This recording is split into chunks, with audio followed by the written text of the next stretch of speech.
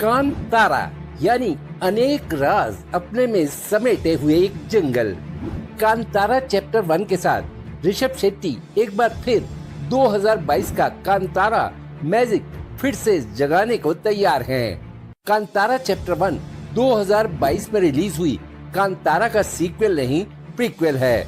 3 साल पहले रिलीज कांतारा की कहानी 1847, 1970 और 1990 की घटनाओं को अपने में समेटे थी।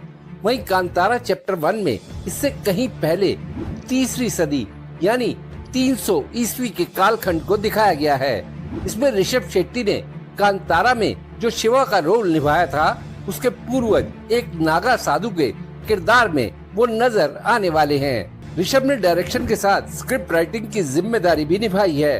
फिल्म की स्टार कास्ट में सप्तमी गौड़ा, रुक्मणी वसंत, गुलशन देवैया, जयराम और किशोर भी नजर आएंगे। कांतारा चैप्टर 1 गांधी जयंती यानी 2 अक्टूबर को दुनिया भर में रिलीज होने जा रही है, लेकिन इसके ट्रेलर ने ही दर्शकों में ऐसी जिज्ञासा जगा दी है कि हर कोई ये फिल्म देखने को बेताब है। इस फिल्म के ट्रेलर ने ही व्यूज के सारे रिकॉर्ड तोड़ दिए हैं। कन्नड़ में बनी मूल फिल्म के हिंदी, तेलुगु, तमिल, मलयालम, बांग्ला और अंग्रेजी भाषाओं में डब्ड वर्जन भी रिलीज किए जाएंगे। कांतारा सीरीज की दोनों फिल्मों को आपने अच्छी तरह समझना है तो आपको पहले दक्षिण भारत की लोक कथाओं के मुताबिक पंजुरली देवता और गुगिला देवता के साथ साथ भूत कोला नृत्य को भी समझना होगा। इन्हें जानने के बाद ही आप कांतारा सीरीज की दोनों फिल्मों का सही तरीके से आनंद ले पाएंगे।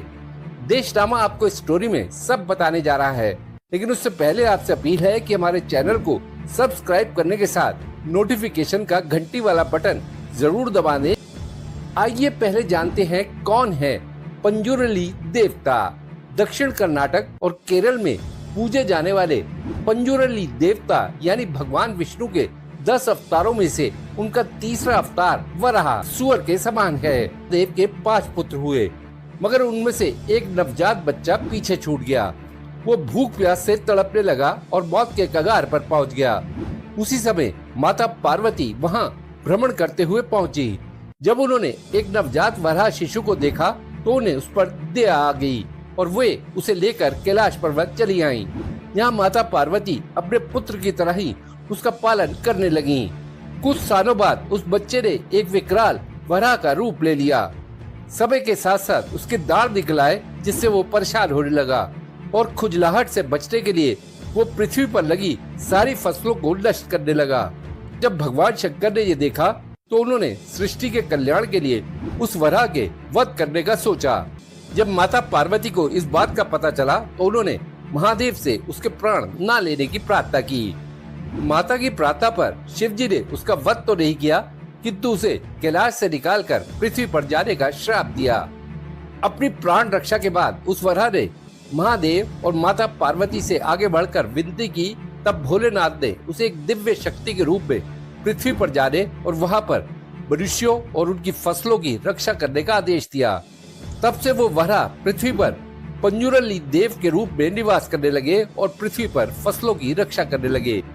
पंजुरली देव की कहानी आपने जान ली, अब जानिए गुलिगा देव के बारे में। लोक कथा के मुताबिक पार्वती एक बार शिव जी के लिए भस्म लाई तो उसमें से कंकड़ निकला।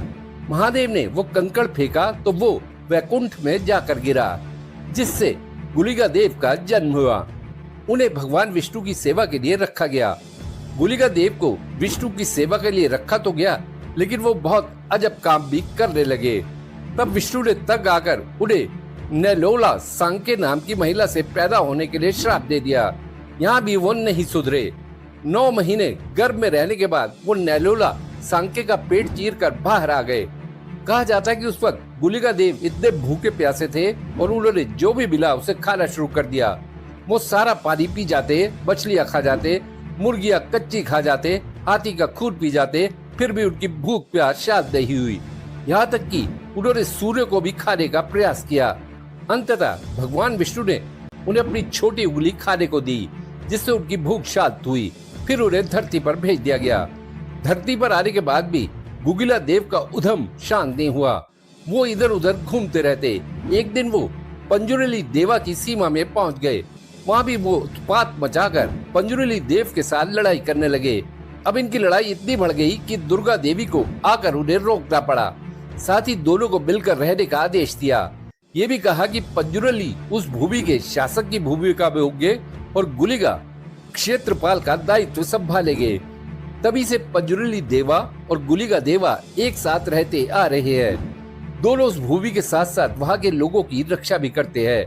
माना जाता है कि इनकी पूरे सम्मान के साथ पूजा करनी होती है, नहीं तो ये नाराज हो जाते हैं और उस भूमि का संतुलन बिगड़ जाता है। यही वजह है कि आज गुलिगा और पंजुरुली देव की एक साथ पूजा की जाती है। पंजुरुली हर साल होने वाली इस पारंपरिक पूजा को ही भूत कोला कहा जाता है। तुलु परंपरा में भूत शब्द का अर्थ है आत्मा और कोला का अर्थ होता है प्रदर्शन। वहाँ के लोग अपनी जमीन और संस्कृति की रक्षा के लिए 500 सालों से इस परंपरा को निभाते आ रहे हैं। कहा जाता है कि जंगली सुअर फसलों को नष्ट कर देते थे, तो लोग इस अनुष्ठान में पंजुरुली देव की पूजा आराधना से उन्हें प्रसन्न करते और पंजुरुली देव उनकी और साथ ही फसलों की भी रक्षा करते। नए घर में जाने से पहले या किसी की शादी से पहले भी भूत कोला आयोजित की जाती है। भूत कोला परफॉर्म करना पीढ़ी दर पीढ़ी चली आ रही परंपरा होती है। यानी जो शख्स नर्तक बनता है उसके बाद उसका बेटा और फिर उसका पोता भी नर्तक बनता है। माना जाता है कि जो शख्स भूत कोला परफॉर्म करता है यानी नर्तक बनता है, उसके अंदर पंजुरुली देवता आते हैं और वो गांव वालों के पारिवारिक मुद्दों और विवादों को सुलझाते हैं। वे अपना निर्देश भी गांव वालों के लिए जारी करते हैं। उनके बोले गए शब्दों को पत्थर की लकीर माना जाता है। कांतारा चैप्टर 1 का सवाल है तो इसमें 2022 में रिलीज कांतारा से करीब 15 सदी पहले यानी तीसरी सदी का कालखंड दिखाया गया है। इसमें ऋषभ शेट्टी ऐसे नागा साधु के किरदार में नजर आएंगे जो कांतारा के शिवा के कई पीढ़ी पहले के पूर्वज हैं। ये नागा साधु नश्वर लोक और दैवीय लोक के बीच की कड़ी है। हालांकि कांतारा चैप्टर 1 की टीम ने फिल्म के स्टोरी प्लॉट को लेकर पूरी सीक्रेसी बनाए रखी है। ऐसे में दर्शकों की फिल्म को लेकर उत्सुकता और बढ़ गई है। 2022 में 16 करोड़ रुपए के बजट पर बनी कांतारा ने 400 करोड़ से अधिक की कमाई की थी। कांतारा चैप्टर 1 का बजट 125 करोड़ रुपए का बताया जा रहा है। बॉक्स ऑफिस पर कांतारा चैप्टर 1 क्या धमाल मचाएगी, ये 2 अक्टूबर को साफ होगा। देशनामा के लिए खुशदीप सहगल की रिपोर्ट।